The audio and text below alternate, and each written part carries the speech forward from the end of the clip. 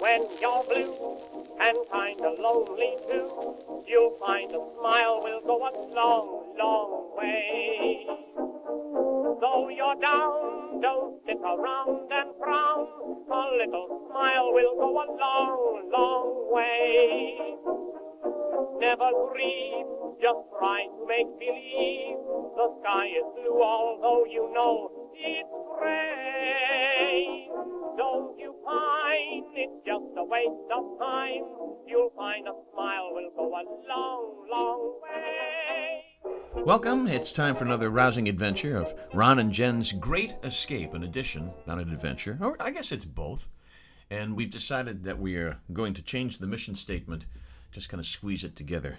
It's our attempt to take the news, the frown of the news, and turn that frown upside down. Okay. Good. Hey, listen, until I come up with something better. It's kind of like, I'll never forget this. The girl in front of me in high school would wear a T-shirt with a big smiley face and Barbie McFerrin's song, ooh, do, do, do, do, do, do. Don't worry, be happy. That's what it said. And every day I wanted to smack her in the back of the head. Maybe the absolute... Nah, serious. I'm not lying. I mean, I did. Because she was always like, hi, everybody. Welcome back to high school. One of the most abysmal charting songs of all time. Bobby McFerrin's Don't Worry, Be Happy. It's a medley of his hit. It was popular for a long... It was huge. Why? I want to say huge. Months, that thing. Huge. You know, and when MTV was actually still airing music videos. Yeah, that, right. You know who's in that music video? Mm-hmm. Robin Williams. I know. He's hilarious. Yeah. He's completely dopey. Yep. Speaking of MTV, why am I wearing... Well, first of all, this is a hats off to Bill Belichick. I got my... Even though it says Bruins, this is my Bill Belichick look. Yeah. Evidently, lots of teenagers are wearing their visors like this. Why? I don't know. I have no idea. And so I just wanted to represent that group of fine people. That's wild. At nearly 53. I have not... How does it look? Is it a good look? No, it's not a good look. It's not a good look? I don't get it. It's an okay look. It's not aerodynamic, I can tell you that much. No, it's sort of like Back to the Future, too, when Marty McFly had all kinds of stupid clothes on that made no sense because it was the future. So I guess this is the new thing now. That's the future? Yeah, well, I guess. I don't get it, but okay. To quote the maitre d' in Ferris Bueller, I weep for the future, if that is the future. Yeah. Well, it could be a lot worse. How are you today, today, what? pal? I like that better than pants down where you can see ass crack. Oh, they still do that. Not as bad, but they still do that. Mm-hmm. And how do these young men walk when their pants? I mean, Justin Bieber still does this all the time, but their butts are showing. All of their underwear. I mean, it's just, how are those pants staying on? How do they walk like this? I don't know. I don't get it. How do you sleep on your stomach with such big buttons on your pajamas? I don't know. That's another question. No one wears pajamas anymore. I do. Answered. Do you wear pajamas? No. Do you wear anything? No. Really? Wow, I hope you change your sheets often. Yes. Okay, because that's kind of gross. Well, that's kind of like... Because when you sleep, your body does stuff. Well, it's kind of more information than I really wanted to give out, but it's a podcast, so who the hell cares? Yeah, why? Who cares? Who gives a rat's patoot? Yeah, there you go. I'm wearing one of my medals. That's quite a medal. What year is it? That's 2020, pal. This is the last time I ran the Walt Disney World Half Marathon. They did it digitally last year. It's like, what does that mean? Well, you did it in your living room? You could do it on your treadmill or what have you. You're actually ponying up like $185 to run in your living room. To run in your living room. And people always ask me, "Oh, what's the charity?" Well, yeah, it's Disney. What do you think the charity is? The charity is Disney. Yeah. So anyway, I thought I'd put this on. I like that. And That's a big. Is it gold?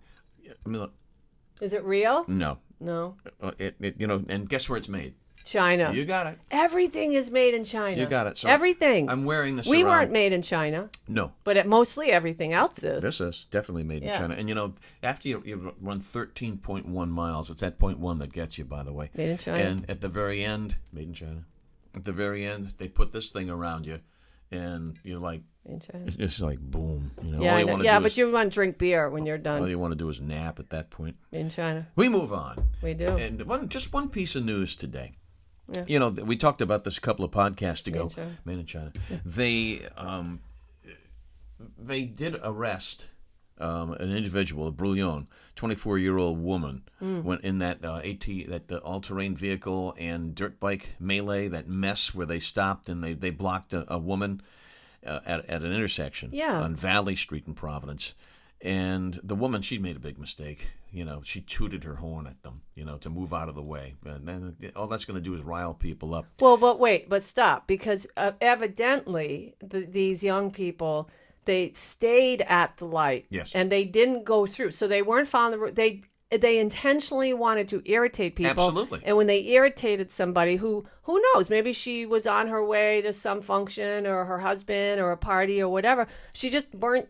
And that's what set off. So they actually set her up. Oh, they did. Yeah. No argument from me. Yeah. And this brien, this woman, she's got a track record of doing this kind of crap. So here's my question. Yeah. Why are we treating these people with kid gloves? Why?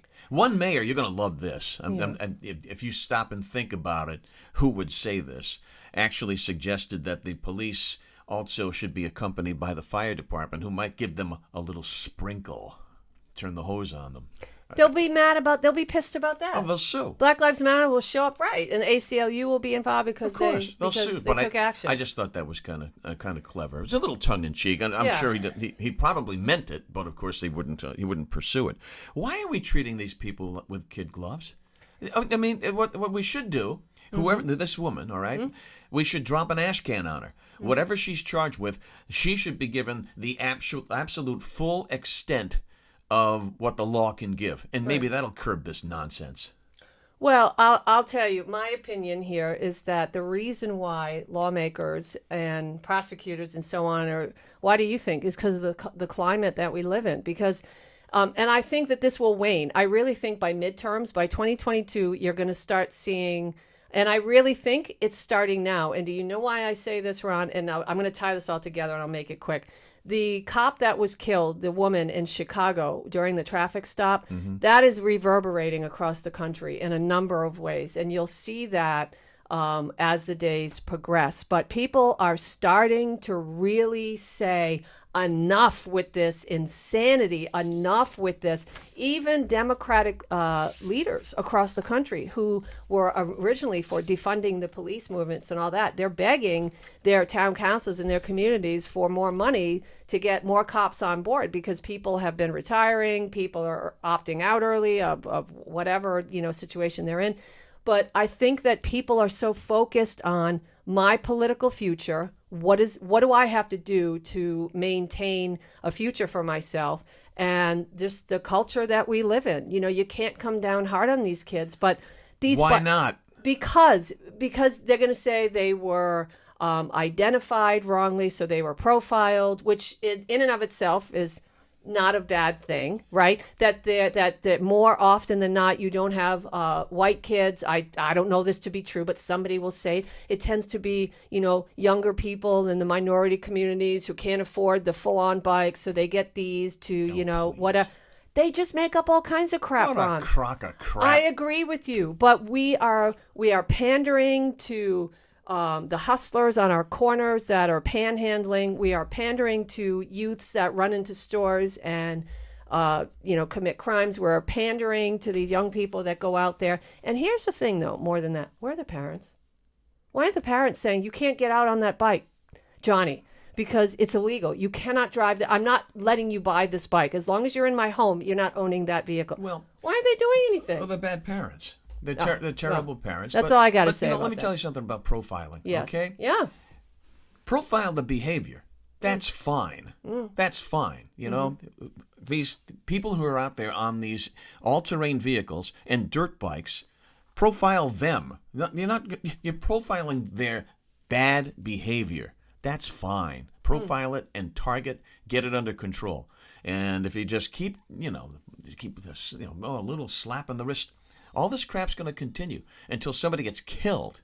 Well, yeah. Another person gets killed. This woman supposedly got dragged out of her car and beaten up. Yeah. By the way, how come your car wasn't locked, Einstein? But that's another argument. You can't blame the victim, Ron. Ron. I'm just pissed. I know you're pissed, but you also have to realize that it doesn't. If they start profiling the behavior, as I said, you're going to see more Hispanics, more young black kids, more than the white community. And And listen, the narrative across the country is whites are awful, whites are the problem, whites are the oppressors, and then the rest of the world just lives in it and tries to function. And so in order to maintain that, Ron, and I think, and whether you agree or disagree, I mean, you can, by the way, send us your opinion at jenbrien@rocketmail.com, because all opinions do matter to us. I mean, I think that if you just look at the facts, you can't really dispute that, Ron, and someone has gotten killed. It's with gun violence. I'm talking here. Yeah, I know. But do we really want it to get to that point? It's escalating. If you don't do anything about it, it's going to continue to escalate, and it's probably going to get to that point. Well, all right. That's enough of the hard news today. Yeah, I mean, that's a tough one because you see these bikes everywhere. Mm-hmm. And how about this? Just one last thing. If these young people abided by the rules of the road, would we be having such problems with this? I don't think so. No, they're breaking the law. Well, yeah, but it's their attitude at the lights that they all sit there, that 50 of them just sit there, and there's honking cars behind them, or they race past you, or they do things that are illegal, and then when you chuck a bird or look at them, they all come at you. I mean, it's crazy. Don't chuck a bird. Don't beep your horn. Well, it is America, though. Here, you shouldn't be bullied when you're, on the roadway. You shouldn't be. You want a list of the things that shouldn't have happened to me in my life? Well, I mean, that's a whole podcast. Well, you got a long life. So that's a long podcast. Yeah. But I go by the theory that everybody's packing heat. Period. Yeah, well, that's true. Everybody's packing heat. Yeah. As long as I swallow hard, theory. Packing heat, let the light change. Yeah, sometimes it's tough to be upbeat about some of the stuff happening in our community. How badly beaten was that woman, by the way? They didn't really get into it, but I can tell you Providence is out of control, completely out of control, as we see almost on a daily basis now. And boy, weekends, just crazy in Providence. All right, let's move on. We talked about the Washington County Fair. We did. Now that's fun. And you're going to be putting up a lot of video from years past when we went there and did a whole bunch of things. We spent the day out there. It was a lot of fun. We did. It was awesome. And I'm just bummed out. You don't remember your corndog experience? I don't. I remember getting tickets for a calf raffle. I wanted to win a calf, and someone said, well, where the hell are you going to put it? It's in Ron's backyard. Yeah, right. Next to your casita. Next to the casino. Well, I buried my mouse out there, out and back by your rock, Mr. Ruckus. Mr. Ruckus when he is back passed. there. Oh, that was so sad. Mr. Ruckus. Yes, we had a ceremony for Mr. Ruckus. We did. He's in a matchbox. I hope he's still there. But I got to real quickly tell you about when I worked in West Palm Beach for a short time.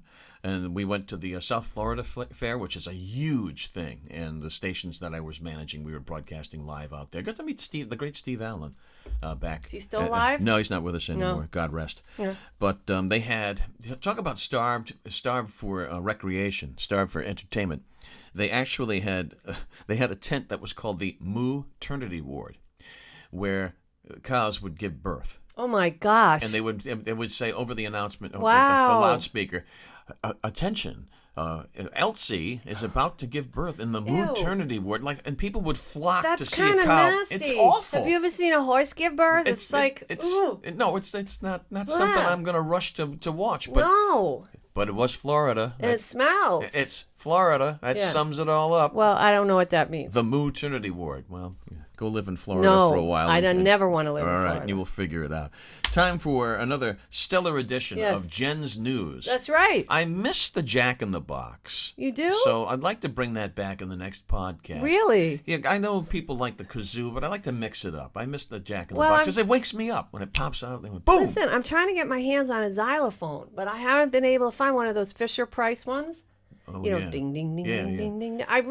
That's what I'm working on. You know that fish that they pulled out of the waters in Carolina with the teefuses that we talked about in the last podcast, and you put up on our Facebook page, which is Ron and Jen's Great Escape on Facebook. Those teefuses look like you could play them like a xylophone.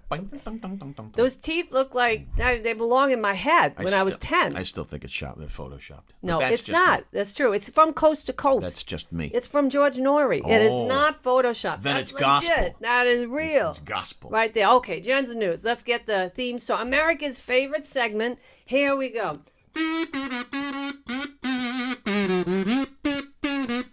It's time for what, Ron? Jen's News. It's time for my news, America's favorite segment. It's me. It's all me. It's me. Okay. That's established. I just wanted to focus on me for a minute. Yeah. All right.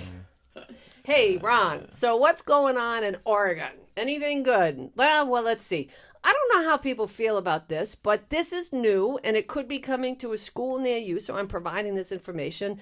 The governor over there on the left coast signed a bill suspending math, reading proficiency, and history and science, he says, for high school graduates because, she says that her name is Kate Brown, that, listen, as far as the 21st century, this is not what kids are going to be needing. And because they scored so low in the past, when looked at by the whole country, they say, hey, we got to get rid of this. In June, state lawmakers voted to approve this bill that suspended the requirements for students for 3 years for reading, writing, math, and science. And science. Yes, it's not a prerequisite for graduation. So, and they also said because kids don't test well. So we're not going to make it. We're just going to sort of, I don't know what they're going to do. You know why they don't test well? Mm-hmm. You don't teach them well. Well, I mean, Oregon. The world is changing. I mean, wouldn't you like to, how about technology classes? Those are important. Sure. Those would be super important. Sure. Or how about balancing a checkbook? I guess that's math, though. You can't. Hi, Hazel. Hazel's Hi, back. honey. Hazel's back. Hi, buddy.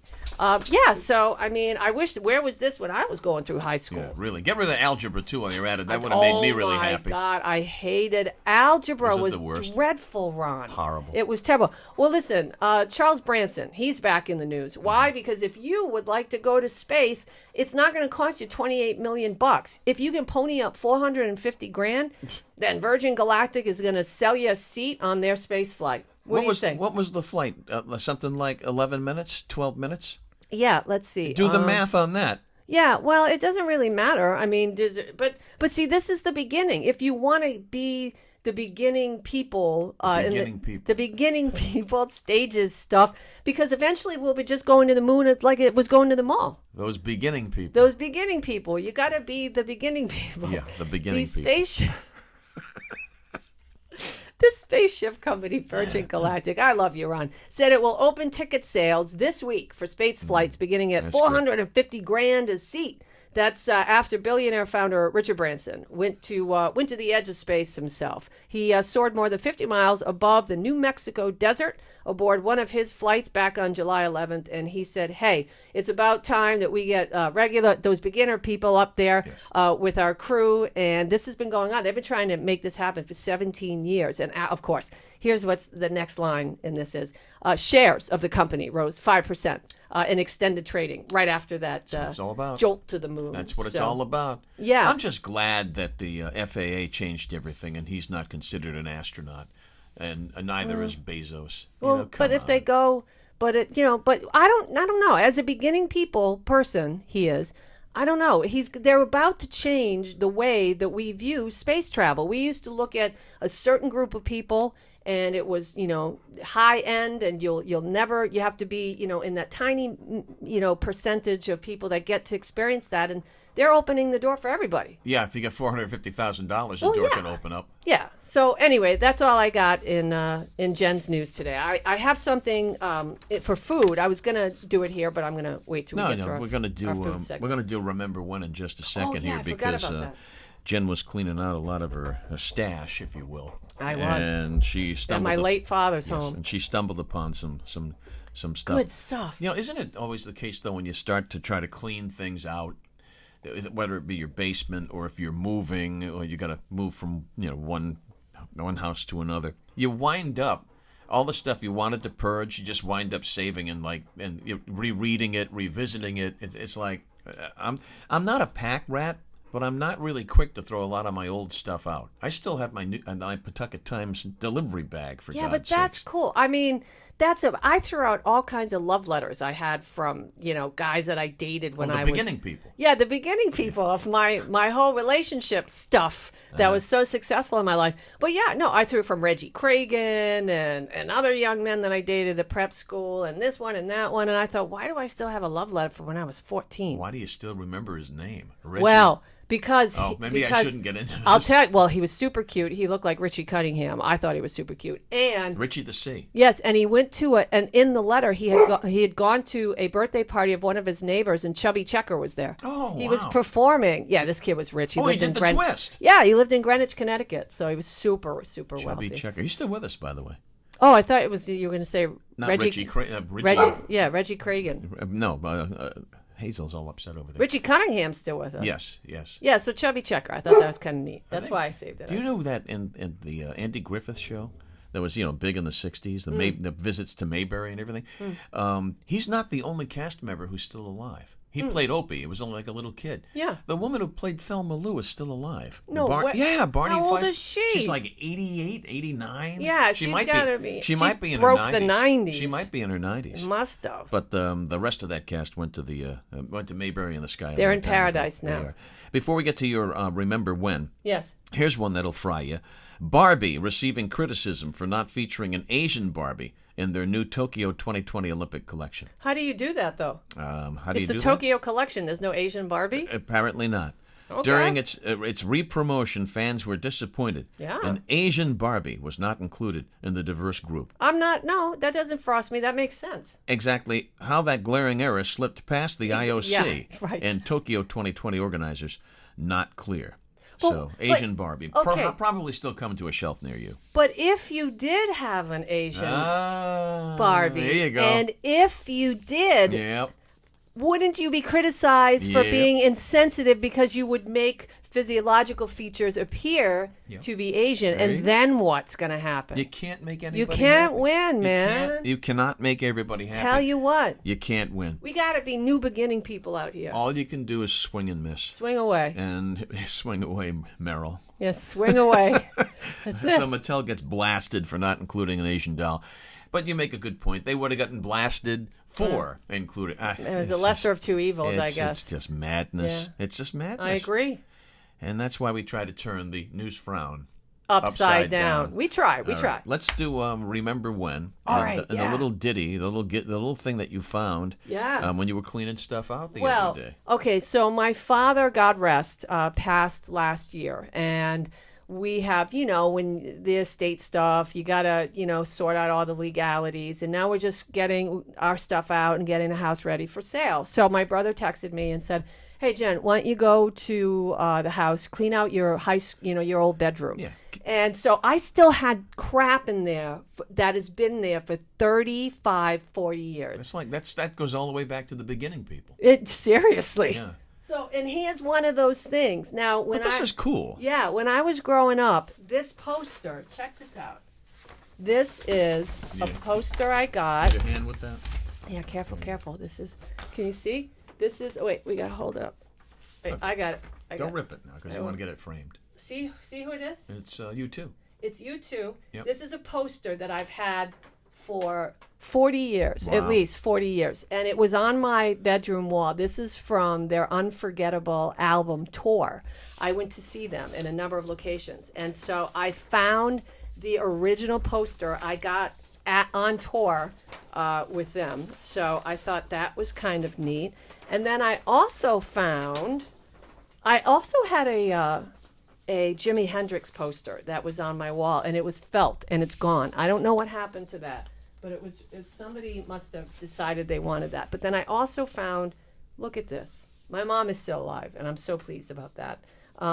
Yeah, because it's tough to lose a parent. This is the Girl Scout handbook. Okay, this was my mom's. Oh, that's great. Right? So when you open it up, it's so funny. Her name's in there. She was troop number 7. They were called the Busy Elves. the Busy Elves, and she was living in 29 Wilkes Ave actually she lived in North Smithfield, so that was wrong. But this is probably when she was 9 years old. Oh, that's cool. Yeah, it's really, really neat, and it's just all the things that you need to know about being a Girl Scout. So I thought let's see what year this is. This is so cool. The Busy Elves. Yeah, and my mom actually gave me her lunchbox. I have her lunch pail that she used to carry with her when she would wait down and take the bus to go to, I think it was the Hollowell School at the time. Do you know the name of that school? No, I don't. You don't. Do you have any stuff like this downstairs from your parents, or I have, other than your bag, your paper bag? Behind us in my stash. 1953. I'll grab it for the next podcast. Is my mother's hand written and then typed breakdown. It's a little cardboard note. It's a breakdown of their expenses for their wedding. It's item by item, flowers, this, that. What was this, the total? That. I can't tell you off the top of my head, but I mean, ridiculous. They were married back in the 40s, for God's Probably sakes. like $300. Probably. Yeah, or maybe seriously. I bet you 500 max. Yeah. But I'll break that out. I'll break that out for the next podcast. And also, how about I break out my letter from Mo Howard of the Three Stooges? Yeah, that's cool. We'll do that. And I think that's really interesting. And I'm going to ask that question on our Facebook page. What's something from your past or your youth that you just can't seem to part with? And we'll put that on our Facebook page. I'll take a picture of this book and my poster, because you're right. There's a lot of stuff that I just put in boxes and sealed it up, and I thought, I'll deal with it later. Right. And it doesn't even make sense. Of course it makes sense. I mean, not really, because when I die, you can't have a U-Haul in back of you. Somebody's gonna pick through this stuff and throw it out eventually. They're not gonna keep your stuff. Actually, if anybody would do that in their funeral procession, it would be you. Well, you'd have a U-Haul full of crap. They'd just dump it in over my casket. A U-Haul full of crap. Beep, coming back beep, our way. Coming back our way. Well, right. I don't intend on going anywhere anytime soon. So I didn't want to talk pandemic. I really didn't. I know. When pandemic. I said, "Hey, Ron, you want to talk the pandemic before this podcast?" I'm in the bathroom and I hear him go, I don't want to talk about it. I know. But here's one. Yeah. This is a caveat to grab onto. If you've been working from home, as so many of us, well, I don't work anymore, but as so many of us have been doing. You're writing. Well, but I mean, the demand to get back into the office, it's going back and forth because. What people hoped in September might be the time. Now we don't know. But here's a caveat that I found really interesting. A study said managers say those who permanently work from home are easier to replace. Oof. So hang on to that thought as you try to as you try to continue to push the envelope about I want to work at home. I want to work at home. Because we talked about this in podcasts past, that it's going to become very, very much more difficult for employers in the private sector to embrace that. So well, I think just a thought. Yeah, I'm waiting, and I don't know how long. I mean, I know that there's a lawsuit now. There's a bunch of lawsuits. But when it gets to the Supreme Court and there's finally a big decision, the idea of companies mandating vaccinations for their workers. I mean, and in some instances, healthcare workers and so on and so forth, government employees, the Pentagon has just said it's different. All soldiers, right, are going to have to get vaccinated. But I'm really interested to see how the Supreme Court will deal with this issue and what they're going to base it on. What precedents they can pull from their legal journals, their files, and tell us all yes or no, because that's going to make a huge difference whether you stay home or not. Yeah, I mean, where's the precedent? Yeah, are we going to go? How far back? Yeah, 1918, 1917. I don't know. So that's something to keep a watchful eye on. But this one jumped out at me. Managers say those who permanently work from home are easier to replace. So I don't want I don't want you to dwell on that. I just want you to be aware that was a story that was making news. Now we move on. We move on to food news. We do. We like food. Well, I'm not so sure I like this particular food. Now, we talked in a podcast past about it's coming. It's pumpkin spice time around the old turntables once again. And you told me you have already had 2 pumpkin spice coffees. I have. I've got Starbucks already has their Well, I mean, actually, a worker. See, my friend works at Starbucks. I don't think it's actually out on the shelves yet, not until the 24th. But they have little containers for the kids to take and taste test and all this. So she brings me free coffee. It's a good situation. So I'm very pleased about this. But if you like pumpkin spiced food, just not coffee, Nissen. Is this right? Yeah, Nissen makes it. Nissen. It is pumpkin spice season. It's upon us for food and drinks. And Nissen Foods is celebrating this season with the introduction of a new limited edition cup of noodles, pumpkin spice flavor. Oh, I don't know. I don't know if I'm not feeling that. Now, wait a minute. Ramen noodles? That's what yeah. So Nissen is basically like ramen, but it's just a different company, well, right? Listen, wait a minute. Now. Yeah. Let me chime in real quick. Mm-hmm. I thought last season pumpkin spam put it over the top. I don't even remember pumpkin spam. In terms of me saying, "Oh man, no, that was a thing." Yeah, that's disgusting. But pumpkin noodles. We lived on ramen noodles in college. I mean, I can't even imagine having another cup of noodles. What was your favorite? Mine was the Oriental flavor. They all just, there was beef and Oriental. I hated chicken. It was like Taco Bell to me. Well, all tasted the same. So yeah, how does this going to work? Okay, well, it will be available exclusively at Walmart locations across the country. Yeah, but you'll have to wait until late October of 2021 to get your hands on some. So it's basically, they say, ramen with pumpkin spice, but with a twist. The new item is not soup-based like traditional cup of noodles, but it's more saucy. So yeah, it's thicker, so it's more dense. So if you like the traditional, sort of soup, now this is going to be more of a meal. It's going to be more dense, and it's made with a special pumpkin thick seasoning. It has a balanced blend of savory, sweet, and spice flavors, and it's just as easy to prepare as other noodles, they say. Add a splash of water to water that sucker down if it's too thick, and make sure you stick it in the microwave. You can also add butter if you want to make it a little more I'm out on that one. Less salty. You know what? I'll stick with an occasional pumpkin spice coffee. You'll find a smile will go a long, long way.